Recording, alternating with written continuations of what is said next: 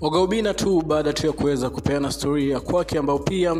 ilikuwa inamhusisha tu ex girlfriend wa kwake ambaye pia ni Lizzy, ambaye pia last year aliweza kutrend sana pale katika social media. Kumbuke tu Lizzy amekuwa tu kukutana na baadhi ya watu ambao pia wako karibu sana na Ogaubina, ambao pia wanafanya kazi kwa karibu na yeye zaidi, kitu ambacho pia Ogaubina tu aliweza kudisclose ama aliweza kusema kitu ambacho pia kiliweza kuhappen between yeye na Lizzy, ambaye pia tayari tu ameweza kuweka vitu clear, kwa sababu rumors za last year ziliweza come out kuweza kusema kwamba Ogaubina alikuwa tu amewekwa. Lakini mtu ambaye pia aliweza kukutana tu na yeye wa kwanza hivi majuzi Lizzy alikuwa tu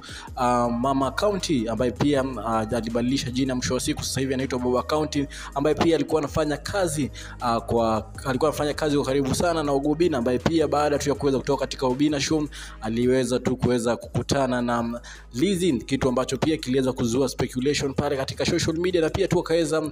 kupost pale katika mtandao wake wa Instagram, kitu ambacho pia inasemekana tu ya kwamba alikuwa tu pia anataka kuweza kukutana na demo wa Facebook, ambaye pia waliacha kufanya kazi kwa karibu zaidi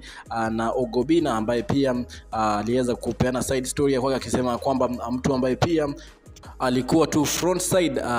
demo Facebook asipewe gari alikuwa Lizzy ex wa kwake, kitu ambacho pia watu wengi tu zaidi waliweza kutoa reactions zao pale katika social media na kusema tu moja wapo vitu ambavyo pia viliweza kufanya labda wakaweza kukosana na demo Facebook ilikuwa tu Lizzy, ambaye pia ni ex girlfriend wa kwake,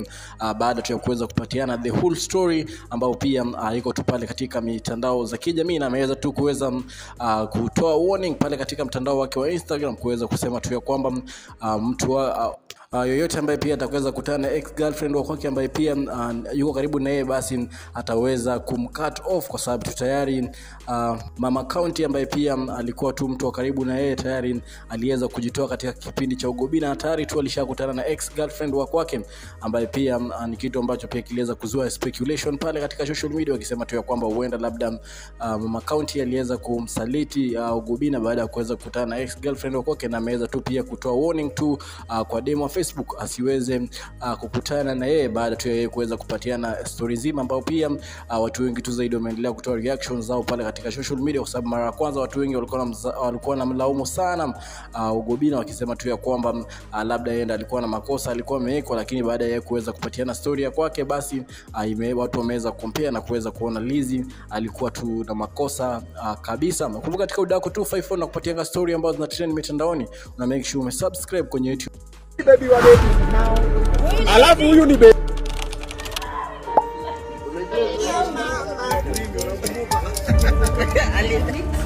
What's it called? Blue band? Mafi muscular. You know what? Yeah, this is it.